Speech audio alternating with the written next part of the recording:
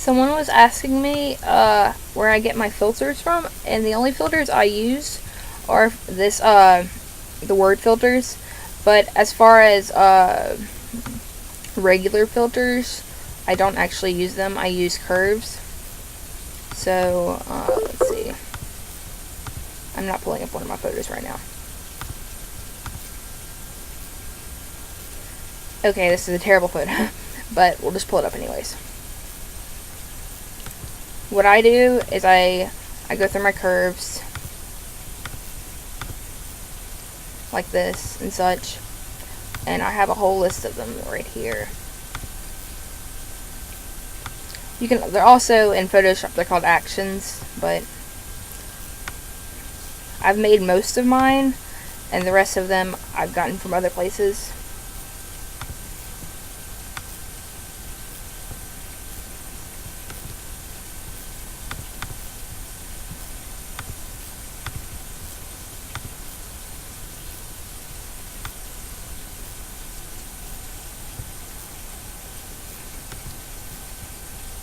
Figured I'd do a little, show you kind of like a retouch right now while I'm at it. So popular on Facebook, so popular. For face like modifications, like healing and all that, you're supposed to use the certain brushes. I have the skin brushes, but I don't really use them unless I'm doing an actual job for them. So unless you're paying me or I'm doing your actual photo shoots, I'm not gonna use those brushes. I'd rather just use the circle tool.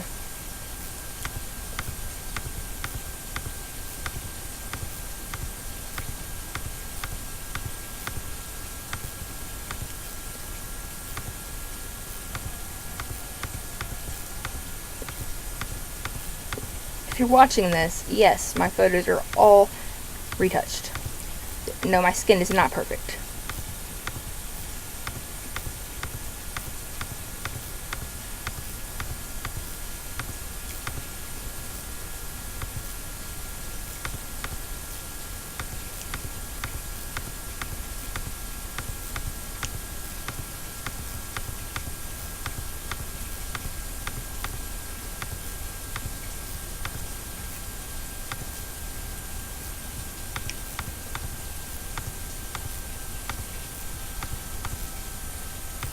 There's actually easier ways to do this. Do this in Photoshop. You can download an action list. I forget where it's at though. Shit, that's way too much. You can use actions to do a retouch using certain ones. Like say it'll have there's cosmetic ones on DeviantArt you can use. When I had Photoshop, I used it, but I find that Gimp does a better job.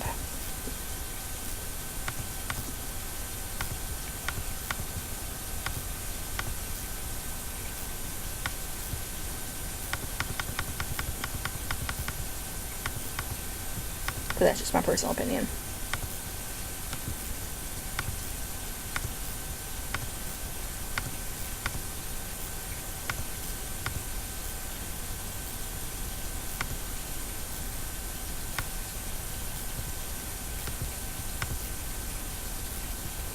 And I like to duplicate it.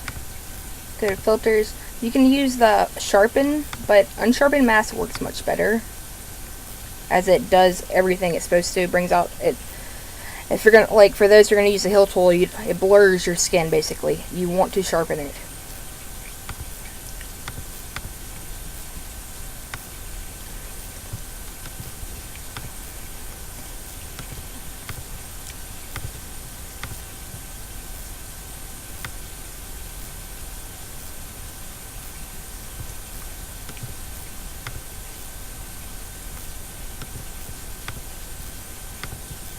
So many curves.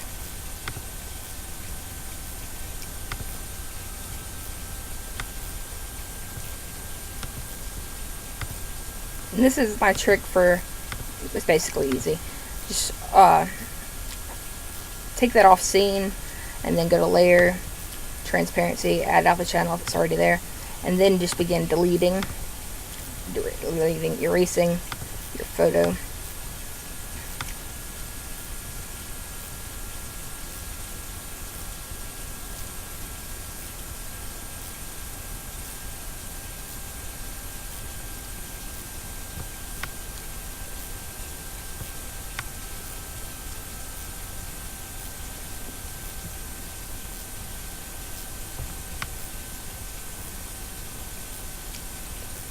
it's like if it takes too long for you to do this, you can just like resize the image, but for high resolution you're going to need like a large image, and it takes away from the quality if you do it the other way.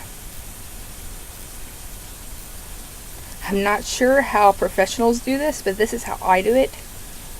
So if you're an actual professional, you can let me know, because I guess my way is more complicated.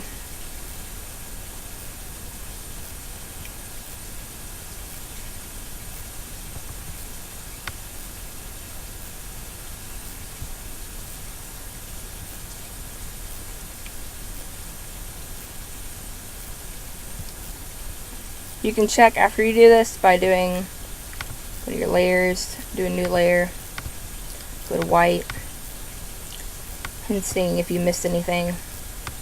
Whoops.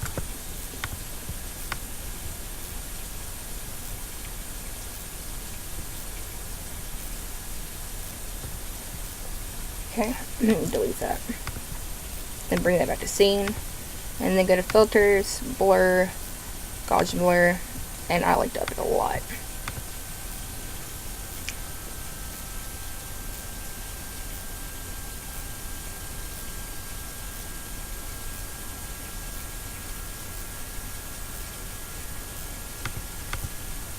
And then I'll duplicate it, do it again.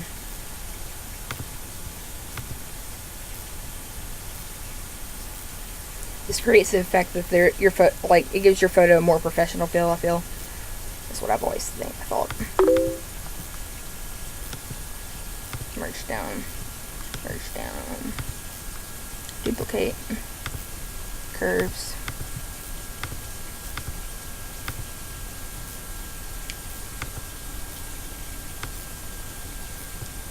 Merge down, duplicate.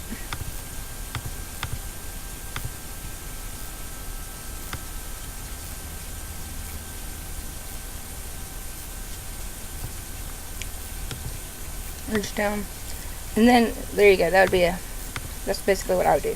So I multiply it first because that's gonna drive me crazy.